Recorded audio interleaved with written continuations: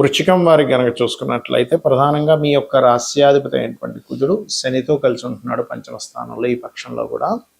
మరి అదే స్థానంలో బుధుడు కూడా వచ్చి చేరుతున్నాడు. మీకు ఇక్కడ 2, 5, 8, 11 స్థానాల యొక్క కారకులు పంచమ స్థానంలో ఉండేటువంటి క్రూర గ్రహాలతో సంబంధం కలిగి ఉంటూ చతుర్థ భావంలో రాహువు, దశమంలో కేతువు, 6వ భావంలో రవి, మరియు అదేవిధంగా శుక్రుడు 6లో ఉంటూ 7వ భావంలోకి వస్తున్నాడు 20వ తేదీ నుంచి. అష్టమంలో గురువు. మరి ఈ చంద్రుడు పంచమం నుంచి లాభం వరకు సంచరిస్తాడు ఈ పక్షంలో. మరి ఈ యొక్క గ్రహస్థితిని అనుసరించి మీకు ఎలా ఉండబోతుంది, ఏ దేవతారాధన చేయాలి, ఎటువంటి విషయాల పట్ల మీరు జాగ్రత్త వహించాలి అనేటువంటి అంశాలు చెప్తుంది నేనైనప్పటికీ చెప్పిస్తుంది సాక్షాత్ లలిత అమ్మవారిగా భావిస్తూ ఆ లలితాంబిక అమ్మవారి యొక్క అనుగ్రహం మీకు పరిపూర్ణంగా కలగాలని మనస్ఫూర్తిగా కోరుకుంటూ, ఇక్కడ మీ యొక్క రాశికి పంచమ స్థానం అనేటువంటి సంతానము, స్నేహితులు, ప్రేమ వ్యవహారాలు, షేర్ మార్కెట్, మంత్రస్థానం అని కూడా చెప్తూ ఉంటారు. అయితే ఎప్పుడైనా మీకు క్రూర గ్రహాలు కనుక పంచమంలో ఉన్నప్పుడు శక్తి దేవత ఆరాధన అంటే వారాహి కానీ, దశమహావిద్యల్లో ఏదైనా ఒక మంచి విద్య తీసుకోవడం కానీ, లేకపోతే శివునిదైనా చేసుకోవచ్చు, తప్పేం కాదు. కాబట్టి శివుని యొక్క ఆరాధన, నమశివాయ మంత్రం చేసుకుంటూ ఉన్నట్లయితే ముఖ్యంగా మీకు వచ్చేటువంటి థాట్ ప్రాసెస్ అంటే మనం ఒక ఆలోచన చేస్తున్నాము, పంచమ స్థానంలో క్రూర గ్రహాలు ఉన్నప్పుడు ఏమవుతుందంటే మన యొక్క ఆలోచన విధానం ఏదైతే ఉంటుందో ఆలోచన విధానం కాస్త అగ్రెసివ్గా వెళ్తూ ఉంటుంది, గుర్తుపెట్టుకోండి. అదేవిధంగా మరొక విషయం ఏంటంటే ఇక్కడ గమనించినట్లయితే ఈ గ్రహస్థితి ఏదైతే ఉందో ముఖ్యంగా ఈ పంచమ స్థానంలో ఉండేటువంటి గ్రహాల యొక్క స్థితి వలన మీరు షేర్ మార్కెట్ విషయంలోని, స్నేహితుల విషయంలోని ఈ యొక్క విషయాల పట్ల కాస్త జాగ్రత్తగా ఉండాలి, గుర్తుపెట్టుకోండి. అయితే ఇక్కడ విదేశాల్లో ఉంటూ అక్కడ PR1 పర్మనెంట్ రెసిడెన్సీ, అక్కడ ఏదైనా గృహం కొనుక్కోవడము ఇలాంటి వాటికి మాత్రం చాలా అనుకూలంగా ఉంది చెప్పాలంటే. అదేవిధంగా మీకు 20వ తేదీ నుంచి శుక్రుడు ఎప్పుడైతే సప్తమ స్థానంలోకి వస్తున్నాడో అక్కడి నుంచి కాస్త వివాహ సంబంధించినటువంటి విషయాలకి చాలా అనుకూలంగా ఉంటుంది, మరియు విదేశాలలో అక్కడ ధన సంపాదనకు అనుకూలంగా ఉంటుంది శుక్రుడు సప్తమ స్థానంలో ఉండడం వల్ల. మరియు ఎట్టి పరిస్థితుల్లో 16వ తేదీ నుంచి 20వ తేదీ వరకు కూడా మీరు దూర ప్రాంతాలకు సంబంధించిన ప్రయాణాల విషయంలో ఖచ్చితంగా జాగ్రత్త వహించండి, గుర్తుపెట్టుకోండి. ఇక మీరు నిత్యము చేయవలసిన దేవతారాధన కాలభైరవుడి యొక్క ఆరాధన, లక్ష్మీ నరసింహస్వామి యొక్క ఆరాధన చేయండి, అన్ని విధాలు బాగుంటుంది.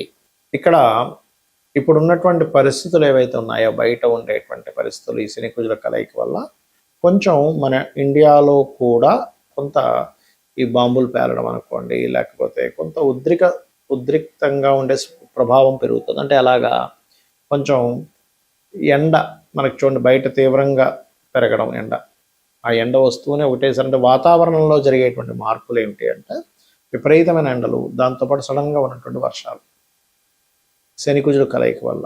అదేవిధంగా ఎక్కువ రద్దీగా ఉండేటువంటి ప్రదేశాల్లో ఎక్కువగా తిరగకండి, చాలా జాగ్రత్తగా ఉండండి. అలాగే మరొక విషయం ఏంటంటే ఈ విదేశాలకు వెళ్ళాలి, విదేశాల్లో ఉండేటువంటి వారు నేను చాలా రోజుల నుంచి చెప్తూ వస్తున్నాను, 2-3 నెలల నుంచి ఇప్పుడు కూడా చెప్తున్నాను. ఎందుకంటే 12వ స్థానం, సహజ 12వ స్థానం అనేది శని కుజులు ఉన్నారు అక్కడ మీనరాశి. కాబట్టి ఏమాత్రం మీరు స్వదేశంలోకి వచ్చి ఉండగలిగితే కొంతకాలం రావడం మంచిది ఇప్పుడు ఉండేటువంటి కండిషన్స్ పరంగా చూసుకుంటే. అలాగే ఇక్కడ రైతుల విషయం కనుక చూసుకున్నట్లయితే కాస్త ఈ వంకాయ కానివ్వండి, లేనట్లయితే మామిడి పళ్ళు, అరటి పళ్ళు పండించేటువంటి వారు కాస్త జాగ్రత్తగా ఉండాలి, గుర్తుపెట్టుకోండి. అలాగే మరొక విషయం ఏంటంటే ఇక్కడ చాలామంది ఈ ఏలినాటి శని ఇప్పుడు మనకి ఎవరెవరికి ఉంది, ఏ రాసుల వారికి ఉంది, మేషంకి ఉంది, కుంభానికి ఉంది, మీనానికి ఉంది. సో ఈ 3 రాసుల వారికి కుజుడు కలిసినందుకు శనితో ఆ ఏలినాటి శని ప్రభావం తగ్గుతుంది.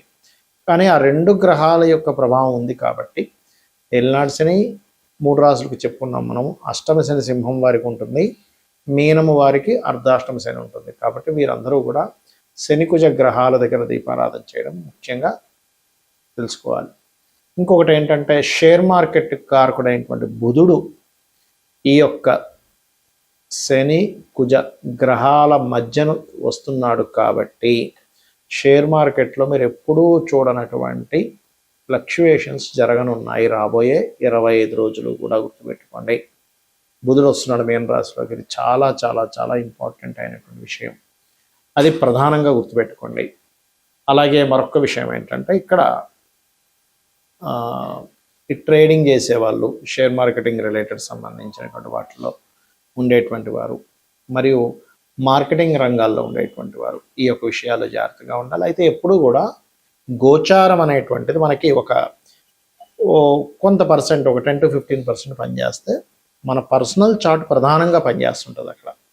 కాబట్టి మీ జన్మజాతకంలో గ్రహాలు ఎలా ఉన్నాయి, జన్మజాతకంలో లగ్నం ఎలా ఉంది, లగ్న బలం ఎలా ఉంది, దానివల్ల మీరు ఎదగడం అనేది జరుగుతూ ఉంటుంది. మీ శారీరక సంస్కృత కానివ్వండి, ఇవన్నీ జరుగుతూ ఉంటాయి.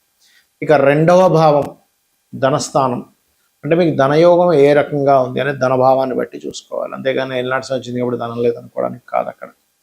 అలాగే మరొక విషయం ఏంటంటే ఇక్కడ గమనించినట్లయితే ఇక మూడవది ఏంటి, అన్నదమ్ములతో ఉండే సఖ్యత, ఎప్పుడు ఏ ప్రాపర్టీ తీసుకోవాలి 4వ భావంలోని, సంతానం గురించి 5వ భావంలోని, రుణరోగ శత్రువుల గురించి 6వ భావంలోని, వివాహం ఎప్పుడవుతుంది అనేటువంటి 7వ స్థానంలోని, అదేవిధంగా మీ యొక్క ఆయుష్ అంటే కొంచెం ఏదైనా ఆకస్మిక సంఘటనలు ఉన్నాయా, లేకపోతే తల్లిదండ్రులతో ఉండే రిలేషన్ 9వ స్థానంలో, అదే రకంగా మీ యొక్క కర్మ అంటే కొంతమందికి వృత్తిపరంగా విదేశాలకు వెళ్తే కొంతమంది బాగా సక్సెస్ అయితే, కొంతమంది స్వదేశంలో బాగా సక్సెస్ అవుతారు.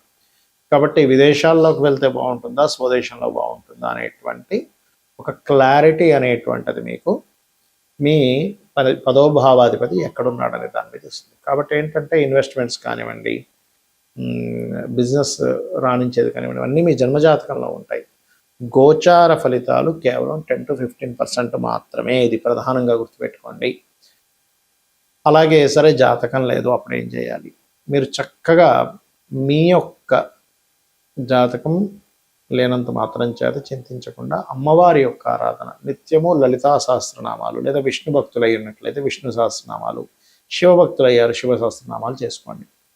మనము మన జాతకాన్ని తెలుసుకొని ఒక జ్యోతిలాగా, అంటే జ్యోతిష్యము అంటే ఒక వెలుగులాగా మనకు ముందే కనబడుతుంది ఏంటి, వాట్ ఈజ్ వాట్ అనేది. దాన్ని బట్టి మనం ఎలా అయితే నిర్ణయాలు తీసుకొని ముందుకు వెళ్తూ ఉంటామో, జాతకం తెలియదు అప్పుడు ఏం చేస్తాము, దేవుని మీద భారం వేసి ధర్మబద్ధంగా మన పని మనం చేసుకుంటూ వెళ్ళిపోతూ ఉండాలి. ఇది ప్రధానంగా గుర్తుపెట్టుకుని అందరూ కూడా ఇప్పుడుండే ఈ శని కుజుల యొక్క ప్రభావం మూలంగా అందరూ అన్ని రాసుల వాళ్ళు కూడా కొన్ని విషయాలు కనుక పాటించినట్లయితే ఎటువంటి ఇబ్బంది పడరు వారు. ఒకటి, శక్తి దేవత ఆరాధన, అంటే ఆంజనేయ స్వామి ఆరాధన అనుకోండి, లలిత అమ్మవారి మన దుర్గా ఆరాధన అనుకోండి, ఎనీ శక్తి దేవత ఆరాధన అంటే మనకి దశమహావిద్యల్లో ఉండే దేవతామూర్తుల్ని ఆరాధించడం. రెండవది, మీకు దగ్గరలో గోశాల కనుక ఉన్నట్లయితే అందులోని దేశీవాలి గోవుకి, జెర్సీ ఆవుకి తినిపించొద్దని నేను చెప్పట్లేదు, కానీ జెర్సీ ఆవుకి దేశీ ఆవుకి ఉండే తేడా ఏమిటంటే ఇందులో సకల దేవతలు ఉంటారు. అదొక ప్రాణి, అంతే. ప్రాణికి మీరు ఇస్తున్న ఫలితం వస్తుంది అక్కడ.